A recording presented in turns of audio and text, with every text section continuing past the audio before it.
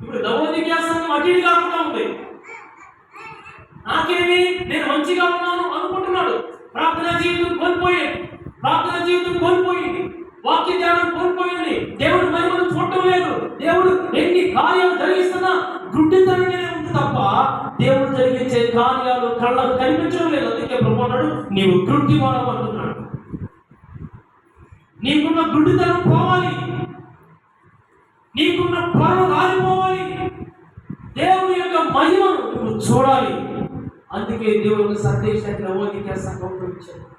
దేవుడు బిడ్డలారా, ఈరోజు ఎంతమంది అలాంటి పరిస్థితుల్లో ఉన్నారో ఆలోచించి దేవుని సన్నిధిని చూడగలుగుతున్నావా? ప్రభువు నిన్ను దర్శించినటువంటి ఆ శబ్దాన్ని గుర్తుపట్టగలుగుతున్నావా? ప్రభు యొక్క అడుగుల సంపడిని గ్రహించగలుగుతున్నావా? నేను పరమాను నిన్ను దర్శించింది కానీ నువ్వు గ్రహించకుంటేవి అంటే దాని అర్థం ఏంటి? గురించి వాడు అయిపోయాడు, గ్రహించలేనటువంటి పరిస్థితి. దేవుడు బిడ్డలారా, ఆ సంఘానికి దేవుడు ప్రేమతో ఒక లేఖ రాశాడు. 7 సంఘాలను దేవుడు పంపించాడు. ఒక్కొక్క సంఘంలో లోపాన్ని ఎత్తి చూపించి సరి చేసుకోమని చెప్పాడు. ఏమంటుంది ఆ సంఘం? చూడండి, ఒకసారి చూడండి, 17వ వచనం. నీవు దౌర్భాగ్యమును, దిక్కుమాలిన వాడవును, దరిద్రుడును, బుద్ధివాడవును, దిగంబరుడై ఉన్నావని ఎరుగక. ఏం తెలుసుకోవట్లేదు అంటే నా పరిస్థితి ఇది, నేను ఈ స్థితిలో ఉన్నాను అని గ్రహిస్తుందా? పరిస్థితి గ్రహించుకోగలుగుతున్న సంఘం గ్రహించుకోవట్లేదు. ఎందుకు చాలా గ్రహిస్తుంది, అలాగే నాకేం నేను మంచిగా ఉన్నాను, క్రైస్తవం మందికి వెళ్తాను, కాఫీకి వెళ్తాను అనుకుంటారు, కానీ ఎన్నో విషయాలు పడిపోయి ఈ స్థితిని దేవుడికి జ్ఞాపకం చేస్తున్నాడు. దిక్కుమాలిన వాడు, దౌర్భాగ్యం అంటున్నాడు. నేను ధనవృద్ధి చేసుకున్నాను, నాకేం కాదు. ధనవృద్ధి ఏమో చేయగలుగుతారా? ధనవృద్ధి సరిపోయిందండి. ఒక్క నిమిషంగా మీకున్న ధనం దేవుడు కోటీశ్వరుడే, కానీ కోట్ల అధిపతి అయినా సరే ఒక్క క్షణంలో మీకు డబ్బు పోవడానికి, డబ్బుతో ఏం చేయగలుగుతుంది? నేను ధనవృద్ధి చేసుకున్నాను, నేను ధనవంతుడు నువ్వు అనుకుంటున్నావు, కానీ నీకున్న స్థితి ఏంటి తెలుసా? నీవు గుడ్డివాడు, నీవు దౌర్భాగ్యుడు, నీవు దిక్కుమాలిన వాడు, నీవు దరిద్రుడివి. నీ పరిస్థితులు సరి చేసుకుని ముందు నుంచి బయటకు రమ్మని చెప్తుంది దేవుడు. బిడ్డలారా, నీ కన్నులు తెరవడానికి నీకు సందేశం పంపించాడు. నీ కన్నులు తెరవడానికి యేసయ్య నీతో అడుగులు కలిపి నడిచాడు. ఆయన ఎప్పుడైతే యేసు ప్రభువారు చూడండి వాళ్ళపాటు నడుస్తూ ఉంటే వాళ్ళిద్దరు మాట్లాడుతుంటే ఏం మాట్లాడుతున్నారంటే, నీకు తెలీదా? నువ్వు బలవాడుగా ఉన్నావు, ఇంకా తెలియదు నీకు? ఆయన చెప్పినట్టు 3 రోజులైంది, తెలియదా నీకు అని ఎవరితో అన్నారు వాళ్ళు? సాక్షాత్తు యేసు ప్రభుతోనే అన్నారు వాళ్ళు. సరే, ఆయన కూడా ఎలాగంటే అట్లా ఉండి నడిచిపోయాడు. పొద్దుకి ఇంటి దగ్గర రమ్మన్నారు, ఈ రాత్రి ఉండమని చెప్పారు. అయితే యేసు ప్రభు రొట్టె తీసుకొని కృతజ్ఞతాస్తుతులు అప్పుడు కన్నులు తెరవబడ్డాయి. ఇప్పుడు దాకా మనతో నడిచింది యేసయ్య. మనం ఏదేదో అనుకున్నాం, మనలో ఏమంత ఆత్మీయత లేదు అని కూడా తెలుసుకున్నాం. కన్నులు తెరిచినటువంటి యేసయ్య. రెండవదిగా ఏం తెలియదు చూడండి, అదే అధ్యాయంలో లోకాసు వార్త 22వ అధ్యాయం. లోకాసు వార్త 22 24 45 వచ్చింది. 24:45 చూడండి. అప్పుడు వారు లేఖనములు గ్రహించినట్లుగా ఆయన వారి మనస్సును తెరిచి ఏం తెచ్చాడట? కన్నులు తెరిచాడు. తర్వాత ఏం తెలుస్తుంది తెలుసా? వారి మనస్సును తెలుస్తుంది. మనస్సు గ్రహించలేని పరిస్థితి. ముందుగానే దేవుడు చెప్పాడు ఏమని చూడండి, ఏముంది? మోషే ధర్మశాస్త్రంలోను, ప్రవక్తల గ్రంథముల్లోను, కీర్తనలోను ఆయన గురించి రాయమని లేఖనములు గ్రహించలేకపోతున్నారు.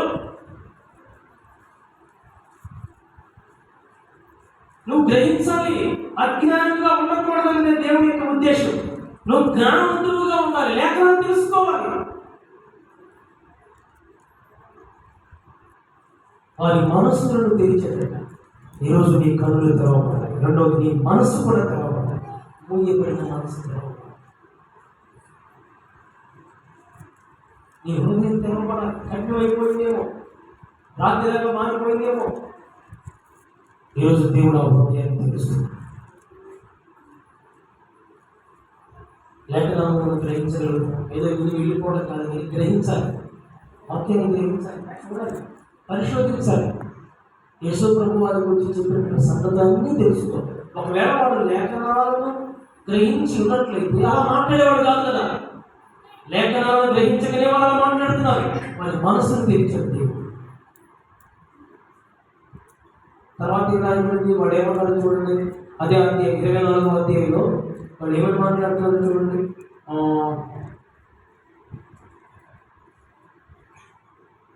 32 వచ్చింది. 24:32. ఆయన త్రోవలో మనతో మాట్లాడుతున్నప్పుడు, లేఖనములను మనకు బోధపరచుచున్నప్పుడు, లేఖనములను అంటే ఏం గుర్తు చేస్తున్నాడు ఆయన? ఏ లేఖనాలు అయితే మర్చిపోయారో, వేటినైతే వారు విడిచిపెట్టారో వాటి మళ్ళీ తిరిగి జ్ఞాపకం చేస్తున్నాడా? మన హృదయము మనలో మండుచుండెను. దేవునికి స్తోత్రం కలుగును గాక. హృదయాన్ని మండింప చేశాడు. దేవుని మాటలు ఎలాంటి తెలిసిన ఆ మాట అగ్ని వంటిది అంటున్నాడు.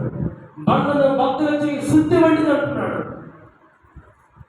వారి హృదయాలను మండింపజేశాడు. వారి కన్నులు తెరవజేశాడు, వారి మనసు తెరవజేశాడు, వారి హృదయాలను మండింపజేశాడు. ఇది జరిగిన తర్వాత వారిని చివరికి సాక్షులుగా నిలిపాడు. దేవునికి స్తోత్రం కలుగుతుంది.